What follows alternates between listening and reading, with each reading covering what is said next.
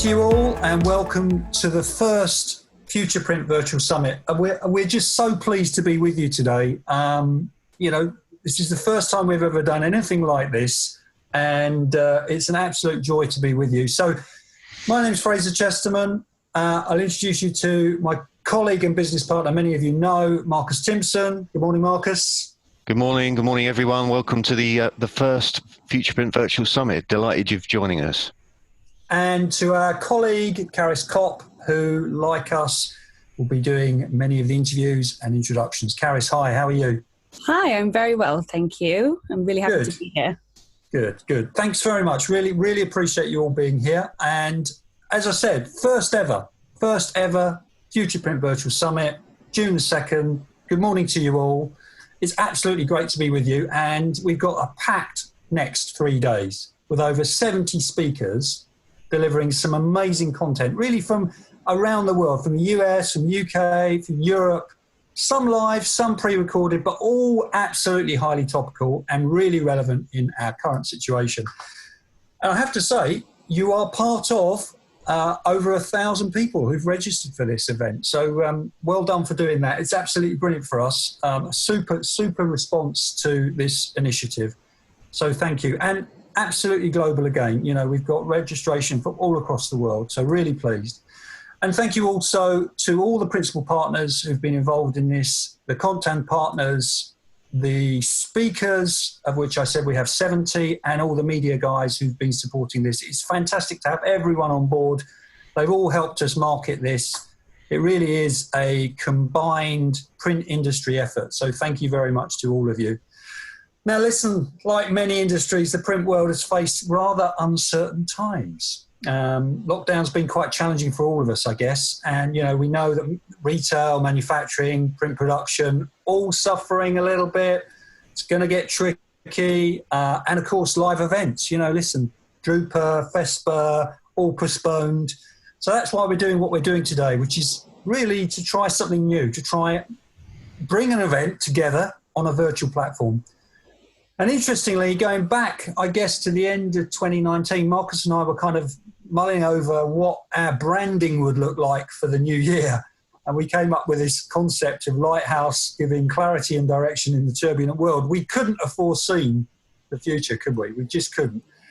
But actually, what we've always thought, both Marcus and I, when we, you know, since the days at FESPA, we've always been very much about delivering events, delivering concepts that help print to grow. Really is about that, because if we can do that, we know that we all benefit. And that's hopefully what we'll get from today. I guess at the end of last year and the beginning of the new year, we've been running a series of webinars, and they've been working quite nicely. We've been covering a range of different topics and taking on that kind of the key challenges of facing the print industry. They seem to have gone really well. So it was just obvious for us to try something bigger than that. And the purpose of this virtual summit is really, from the starting point, it was about trying to keep the industry connected and to continue to share good ideas, for us to continue to network, to explore the research that was out there, to discuss best practice, to build a sense of trust in each other and our communities. And hopefully that's what we're about with this event. And I guess Marcus and I felt that we needed to have a clear theme on it. And from day one, we felt that it had to be about rebooting your business, had to be about kind of kick-starting business after this absolutely unprecedented period. So that's a theme. And most of the sessions cover that kind of element of thinking. So hopefully it'll really give you a good flavor of some new ideas that are out there. Throughout the event, we're going to be looking at a lot of research, because actually we've all been asking questions that are pertinent to the print industry at the moment. And we know that a number of our speakers will share this research. So people like Mark Hanley, Brendan Perring from RPIA, Colin McMahon from Keypoint, Steve Lister giving us some ideas on retail. We've got Tim Green, we've got Sean Smith, whole load of really fantastic analysts give us their view of what's happening next. And actually that whole kind of thinking about future, what it holds for us, we've done a little bit of research ourselves, and our own FM Future research with Rico, which we undertook at roughly March, April. We've got some numbers there that kind of help us to point into the direction of what's been happening. So Marcus, fill us in a little bit on some of the key themes that will come from our research leading to the summit that we've got planned for the next 3 days. What do you sense are the key issues? Yeah, obviously. Well, we ran some research back end of last year. It was called The Future of Inkjet, and effectively that was derailed, obviously, by the COVID crisis. So, as you said, right at the end of April, we launched a new survey and asked a bunch of slightly different questions, had 103 responses from just under 20 countries, so it's a global representation. It is mostly the inkjet community, and it is around, obviously, the future of inkjet, but there's some key findings, I think, which are applicable to the general print market. First off, obviously, we've seen a significant reduction in demand for business, and I think that's widespread as much as it is relevant to inkjet itself. Some areas are more robust than others, but obviously demand is mooted to return, and we're hoping to sort of gauge that a little with the survey as well. The sectors most effective, and this has come through a lot in anecdotal conversations, wide format has been affected adversely, and I think largely because it is so linked to retail, but as well as that, it's obviously linked to events, and I think the trade show business is a significant one for wide format as well. Commercial print has also been impacted because basically a lot, if you look at the UK, a lot of businesses have just stopped trading, put a lot of people into furlough, so they're just not operating in the same way. So there are some bright spots though, aren't there, Marcus? Yeah, I mean, obviously there are some sectors that have, on the flip side of this, seen an increase in demand, and I think if you look at the packaging industry, corrugated packaging and so on and so forth, that has been a massive increase in demand. Initially, there was a lot of panic buying, so obviously there was a massive supply chain issue to meet that, but I think there still is increases there, and obviously the increase in online shopping and so on. So yeah, so biomedical, pharmaceutical have also seen a big increases for obvious reasons, because people are either genuinely needing the product or they're buying it in case. So I think they're sort of the key findings. Textile and garments has also found it difficult. And I think what we've seen as well as what we've heard too is that the kind of traditional supply chain has been seen to be quite inflexible. So there's been difficulties where certain goods are not just not getting into certain countries because some of the custom barriers have been put up and so on. And what we're also hearing is, as a result, there's an increased interest actually in digital technology to help meet that changing kind of demand. So a key word I think that's come through is acceleration. And while not wanting to sound sort of gleeful about the fact that people are starting to look at digital because it can solve those problems, having a more flexible and a more agile way of producing things closer to your custom base has some clear advantages. And the older system, which is about mass production from further away and from other continents, has seemed to be up to now unhelpful in some respects. So some interesting changes. I'd heard very similar things in the conversations I've had with a number of the analysts. They said, similarly, localization may be coming back to the fore, really, isn't it? Because there's this concern about supply chain and, as you said, the barriers that had occurred. Karis, did you pick up this as well at all in your conversations with people? Yeah, absolutely. I think it's quite similar across the board. I think in different geographical locations as well, they're all feeling the same kind of areas being most strongly affected. Yeah. I guess there's a sense, isn't there, that perhaps because the original COVID virus was seen to have come from the sort of Asian markets, that the lockdown there, it's just this sort of supply chain thinking, isn't it? The behaviour of having long extended supply chain and having more of a global world. So this sense that perhaps we'll start to look a little bit more locally for sourcing product and delivering product, and also more, agile in our approach to print, that we respond quickly and that it will be done on demand rather than kind of long supply chain, large production process. Yeah, I think it certainly highlighted the kind of over-reliance on global supply chains, and I think there's opportunities there as well for for businesses wanting to look a bit more locally as well. Yeah, that's good. Marcus, so when we did the research, what will permanently change once lockdown eases? We're all working from home. Everyone's using Zoom. What are the other kind of key findings that people felt were important? Well, you put on there, yeah, I think the world's on Zoom, and we used to use a completely different platform for our webinars, and Zoom suddenly became de facto within literally a couple of weeks. So clearly, stating perhaps the blindingly obvious that more virtual meetings and events. I guess more permanently, remote working will become more normalised, and that sense of visiting or going every day to the office and the proximity of people and people wanting to be more socially distant will continue to become a permanent thing as well. Maybe in the medium term, not just the short term, I think business travel is massively affected. Yeah. It's not only not so easy to do now, it's just that people won't want to do it. And I know that some of the larger print technology manufacturers are actually just basically saying we're not doing any business. There's a bar on business travel, and that's both from a health perspective, but also because budgets have been so adversely affected. You don't want to spend a huge amount of money on business travel. There is going to be a limitation, I think, on attending events, and I think both from a corporate perspective, but also an individual one. Who wants right now to go to an event where there's thousands upon thousands of people, then you're shaking hands and so on and so forth? So I think it's really going to be maybe not just a short-term, more of a medium-term issue. Yeah, I think, and certainly throughout this summit, that discussion point will come up 2 or 3 times, won't it, at least, because you've got Drupa next year. We know that a couple of large players have cancelled, so there are some issues in terms of that. Will it look the same? Will it feel the same? Can it really do what it's always done? And certainly even, more close at heart, we've got shows in the autumn period, so some big blockbuster events obviously planned for October. We just wonder whether we can see these events happening.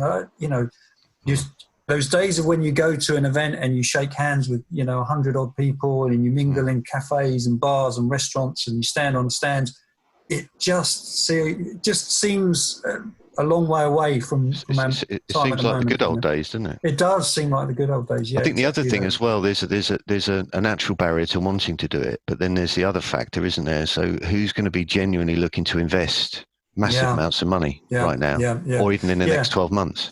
A couple of the analysts have drawn attention to this. I know that in a couple of, certainly when Colin McMahon and also when I spoke to Sean Smith, exactly this investment issue.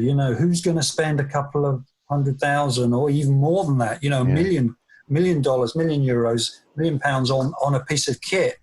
At the moment, it's just not going to happen. So there might be an argument that I guess that we go for smaller stuff. The investment might be smaller. The other thing I've heard a lot is investment in people. So there's this flip side of everything that's happening is that people are thinking. Business owners are thinking much more about, I need to bring in skills. We've just been saying this ourselves that, to deliver a virtual event, we've needed to get guys in to help us out who understand technology, because Marcus and I really don't understand this kind of technology. I'm not too bad. Yeah, you're not too bad, but certainly we need, you need people who can help you, and that is perhaps where the investment going forward will be. And I know that Simon Biltcliffe later today will share some of these thoughts. Marcus, was there anything on question 4 you wanted to share with us? This is just the other way, the flip side of the other question, really, isn't it? It's the markets that have grown. I kind of mentioned it anyway, but it's obviously linked to demand. Suddenly there's increases of interest in medical pharmaceutical packaging, labels. Yeah. Also 3D printing. What we've seen is 3D printing was also always mooted as a technology that would be perfectly suited to emergency situations. And I think what we've seen is that happened. So certainly we know from our work with Rico that the Telford plant has been turned into a bigger operation in terms of 3D printing and PPE equipment. And because it's a clever process, it's able to design and fulfill quickly, and also using materials that are kinder to the face, because there was a problem with lots of the old PPE kit kind of bruising nurses and doctors' faces and so on. So that's interesting. So literally saw it being deployed as an emergency technology. So I think that was interesting and also positive. And I think going forward as well, we've seen why, go around retail now, the kind of socially distanced graphics and so on, that's starting to, so I think what we're starting to see, initially shock and people shut down, we're starting to see a bit more in terms of innovative solutions to meet the current situations, and where there's a helpful purpose to things, as well as perhaps a branding opportunity as well. This is really creativity out of crisis, isn't it? It is. Yeah, and exactly. you are doing a session on that, so so we'll talk about that in a moment. How have businesses tended to respond to this crisis? What's happened internally? How they've done things differently? Well, I think what's positive is that many people have actually used the time, reduced travel time, the reduced perhaps physical meetings and time to go, schedules changed, to actually collaborate and innovate. And it's true, isn't it? When you're presented with an obstacle, often there's a opportunity in that. So more time, and we've heard within the inkjet community, there's a lot of R&D activity, because people can, with technology, with remote working, can still innovate, and they're seeing a need for certain things done differently. As I said, that acceleration of interest in digital, we may not see that manifest itself in business terms within the next 6 months, but going forward, I think we'll see a whole raft of new innovations that come out of this time, where people have been incredibly creative, and also that people are obviously keen to manage the crisis and survive, but also adapt as well. So there's some positives out this, and of course there's some really sad, and it's a very anxious time for lots of businesses that are perhaps not suited particularly well to this this changed environment. But I think there's also an equal amount of positives. Yeah, I think you're right. Absolutely. Caris, I know that you have done quite a number of interviews before the event for our blog site. Anything that came across in any of those conversations? Yeah, I think it's really interesting to get I think it offers a flavour of what we might see over the next 3 days in terms of some quite bold statements on the kind of impact of COVID-19.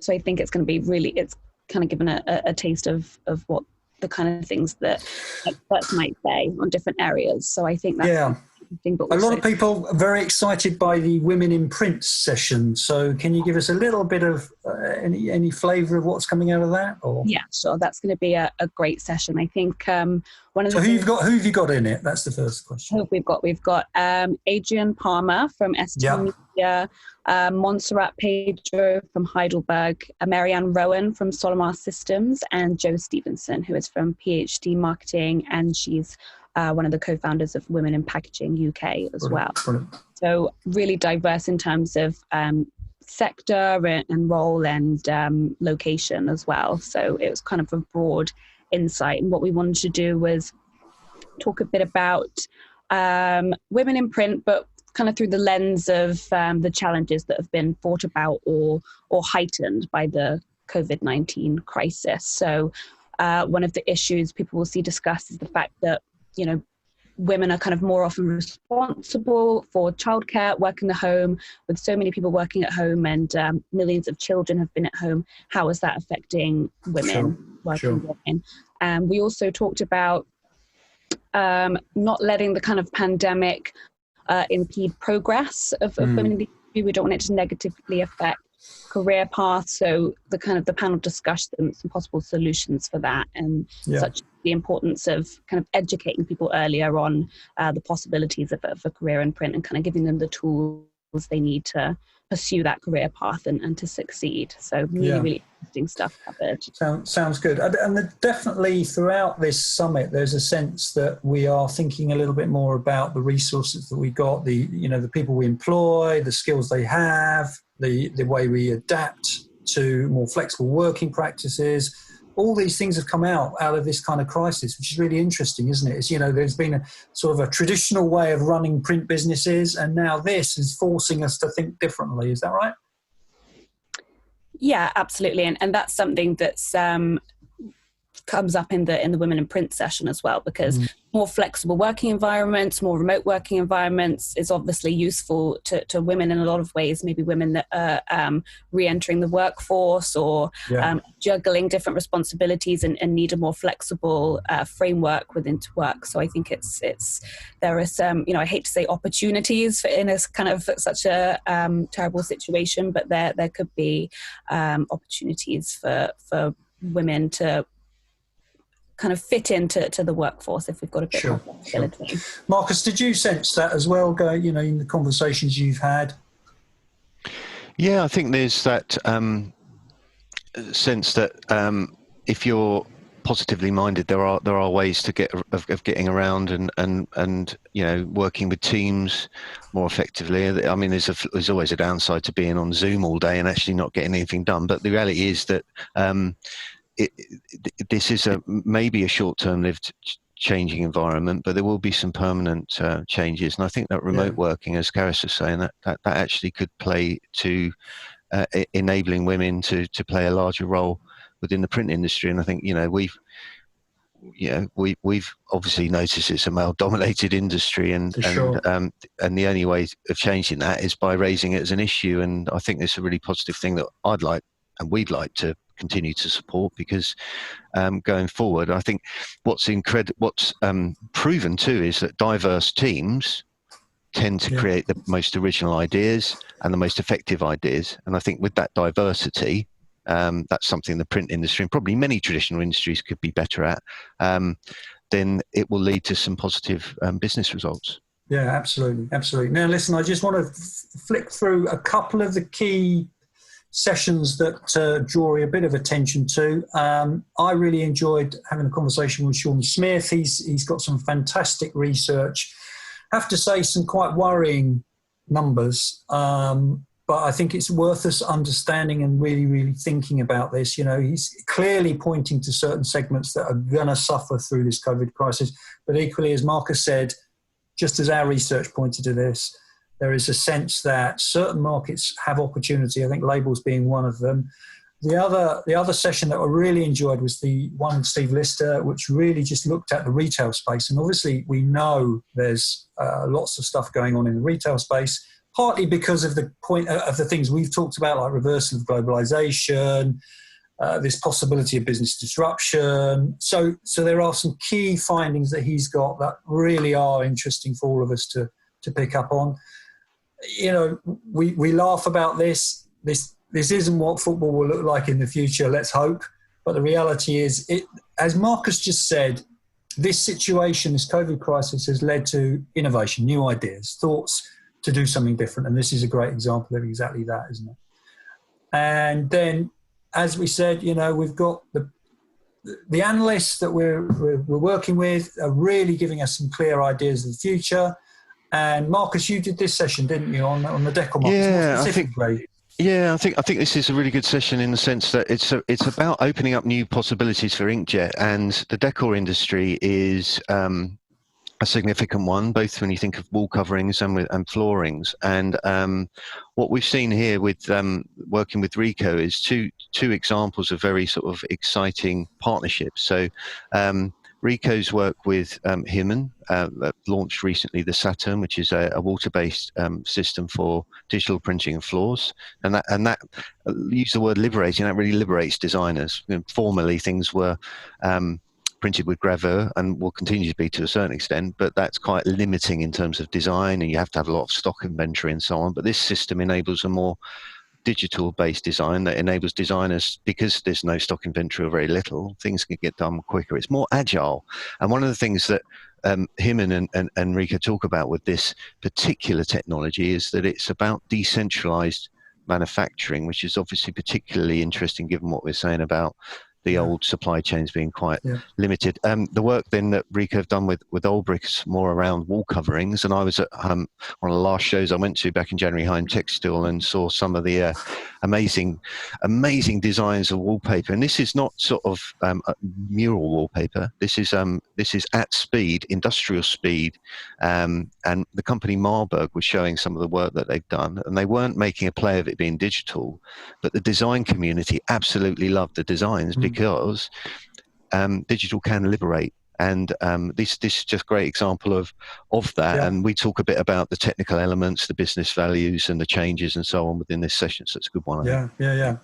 And then the other one that I wanted you to just draw a bit of attention to, we've mentioned a couple of times this idea of being creative in a crisis. You've got some really interesting stuff to talk about here, haven't you? Yeah, and I think it's before. It's often when we're presented with problems out of our control that we're actually at our best. And we're actually, it gets the adrenaline going, it gets our kind of motivation going, because we have to move beyond our comfort zone and do new things. And I think what we're seeing within this session is we're talking about the fact that creativity can come from places that perhaps initially make you feel uncomfortable, and so on and so forth. So we talk a little bit about some of the research that we've done and some of the examples that we're seeing within the print market, how the manufacturing industry is adapting to that.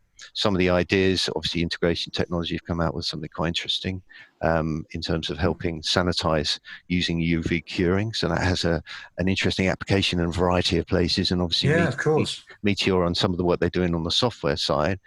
Obviously, this remote working doesn't impact that whatsoever. And each one of them, of the guys in this session, are kind of have slightly different perspectives, and quite an interesting discussion I had with them. Really good, really good. We mentioned women in print, Karis, but you did another session that you just wanted to draw a bit of attention to. This is quite interesting because obviously the summit, in terms of timing, a lot of the stuff in the morning tends to be Euro focused, and in the afternoon a bit more focused on the American market. So I know that you've done this session with the guys from NAPCO. Anything interesting here? Yeah, really interesting to get insights from Chris from NAPCO Media. It's an organisation that spans kind of the trade press, events, research. Also, obviously, last year they were acquired by SJA, who have now merged with PIA to form Printing United Alliance. So it's really exciting things happening over there. And that's kind of put them in a position to have that the trade association side, then NAPCO, everything NAPCO Media brings. They've kind of got a really great pool of resources for helping the industry navigate the COVID-19 crisis. So the resource channel. That's really interesting, isn't it? That in the US, Karis, they've really started to collaborate. The different associations, so SGIA, PIA, they've come together, haven't they? Exactly. They know that the market is changing. They know it's slightly, it's not growing perhaps as it was, and they've pulled the resources together. Yeah, and that was kind of for the Printing United show that the first event took place last year, and we were all there. Yeah. And the underpinning theme of that was convergence, the industry kind of converging and, becoming less siloed. And that's something Chris and I talk about in this session, because I was saying, has the COVID-19 crisis, is that going to accelerate convergence in the industry? It's already going that way. Is this going, people are kind of forced to be looking for new revenue streams, exploring new markets, saying, this is what I do, what kind of adjacent market can I explore to make sure that I'm, surviving, for lack of a better word, but also kind of thriving under a difficult circumstance. So that was absolutely. Absolutely. Right, so listen, guys, we've just got a couple of minutes. The next session, the first session of the day, is from a very good friend of ours, Francois Martin, who many of you will know from his background at HP and now working for Bob's. He's going to give us a bit of insight into packaging particularly. Just wanted to give you a couple of directional issues. Obviously, we're using Hey Summit as our main platform. And, let's hope there's no glitches, but as with any new technology, you never know what's going to happen.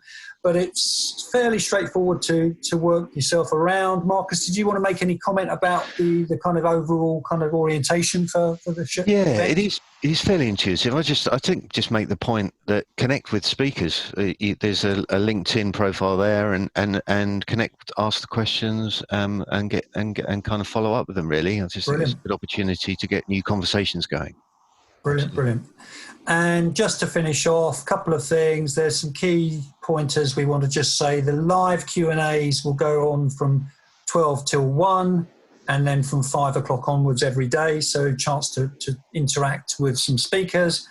And then finally, just to add, First thing is the hashtag, Marcus, is what? Future Print Virtual Summit. Yeah, so please share with people that you're at the Future Print Virtual Summit. And the final thing that we'll be doing in the day is what is the Future of Print events, the Crown Pub, which is organised by the V-Press boys. Thank you very much to them. Marcus, thank you very much to you. We've done absolutely pleased to have everyone with us. Karis, thank you very much to you. We look forward to catching up with you later in the day. Thank you. Enjoy the day.